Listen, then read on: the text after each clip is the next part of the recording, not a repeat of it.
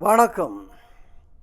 கலியுக அவதாரம் ஐயா வைகுண்டரின் அகிலத்திரட்டு ஆகமத்தின் தொடர்ச்சி. சுவாமிதோப்பிலே பிறந்த சம்பூர்ண தேவன் எப்படி வளர்ந்து வருகிறார் என்பதை அகிலத்திரட்டு கூறுவதை தெரிந்து கொள்வோம். திருச்செந்தூர் கடற்கரையிலே சிவபெருமான் உமையவளும் நாராயணரும் மறையோர்கள் முனிவர்கள் ரிஷிகளும் சேர்ந்து வட்டமாக இருக்கிறார்கள். அப்போது நாராயணமூர்த்தி சுவாமிதோப்பில் பிறவி செய்து சம்பூர்ண தேவனை பற்றி கூறுகின்றார். சிறானல்ல தச்சனா பூமியிலே பாரானல்ல தாமரையோர் நற்பதியில். தாமரையூர் என்றால் ஒரு மனிதனுள் 1000 இதழ் கொண்ட தாமரை மலர்வதைத்தான் தாமரையூர் என்று வேதங்கள் கூறுகிறது. அதாவது இந்த உலகமே தாமரை என்றும் சொர்க்க பூமி என்றும் கூறப்படுகிறது. இது தத்துவம். அது இருக்கட்டும். இங்கு இந்தியாவின் தென்னெல்லையான தட்சணா பூமியாகிய தாமரை ஊரில் சாம்பு சிவசாண்டோர் தாளைத்திருந்தது ஊரும் பவமற்ற தாமரையோர் பதியாகும் என்றுரைப்பார். அதாவது நற்குணம் நிறைந்த மக்கள் வாழக்கூடிய பிறவி வினையை அறுக்கும் சிறப்புடைய தாமரை ஊரில் இறைவன் அருளால் வெயிலாள் என்னும் ஒரு தாயின் வயிற்றிலே கிபி 1809 ஆண்டு கொல்லம் ஆண்டு 984 ஒரு குழந்தை பிறந்து வளர்ந்து வருகிறது. பவுசுக்கு உகந்த பாலதிய தாமரை அவ்வூரு தன்னில் ஆதி அருளாலே செவ்வுமக விஷ்ணுவோ செய்து சடமே பிறந்து வளர்ந்து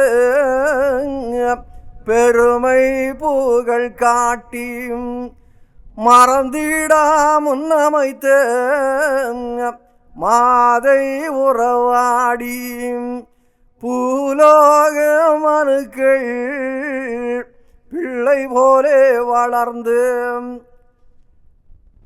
செவ்வு மகாவிஷ்ணுவும் செய்த சடமே பிறந்து என்று அகிலத்திரட்டு கூறுகிறது.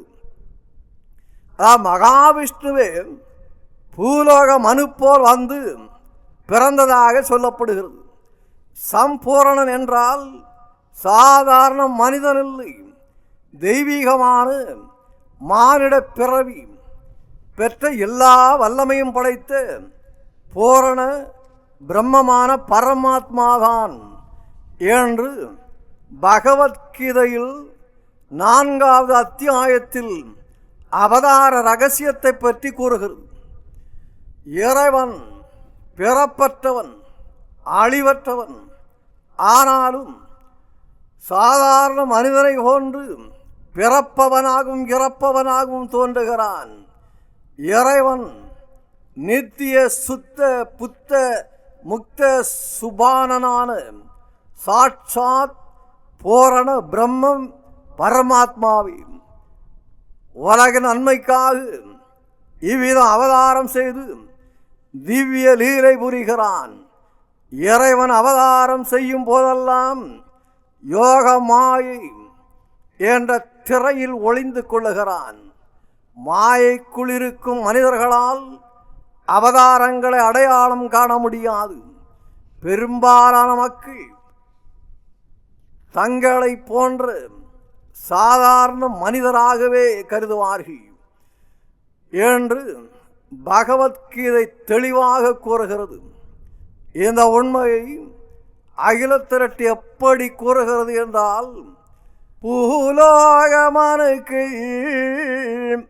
பிள்ளை போலே வளர்ந்து மால்யர்க்கு பூசை மனையில் மறவாமல் விஷ்ணுவை போற்றி விளங்க ஒரு பிடமிட்டு கட்டு தீர்க்காக கண் வளர்ந்தார் கலியில். பூலோக மனுக்கு பிள்ளை போலே வளர்ந்து என்றால் இறைவன் அகில உலகையும் தாங்குகின்ற யோக சக்தியினால் மனுஸ்வரூபம் எடுத்து உலக மக்கள் முன்னிலையில் வெளிப்படுகிறான்.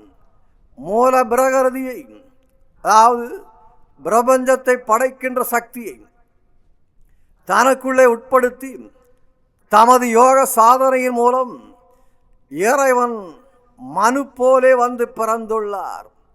மால்யர்க்க பூசை மனையில் மறவாமல் விஷ்ணுவை போற்றி விளங்க ஒரு பீடமிட்டு கட்டு தீர்க்காக கண் வளர்ந்தார் கலியில் என்று அகில திரட்டு கூறுகிறது. இதன் பொருள் என்னவென்றால், கடவுளை தேடி கோவில் குளம் என்று அலையவில்லை, கடவுளாகிய அந்த மாபெரும் சக்தியை தனக்குள்ளே கண்டு வாழுகிறார். உலகம் வேறு கடவுள் வேறு என்று பிரித்து பார்க்கவில்லை. இறைவன் மெய்ப்பொருள் என்றால் தோற்றத்திற்கு வந்துள்ள அனைத்திலும் இறைவனே உறுதியான ஒன்று என்பதை சிறு வயதிலே உணர்ந்து வாழ்ந்தார்.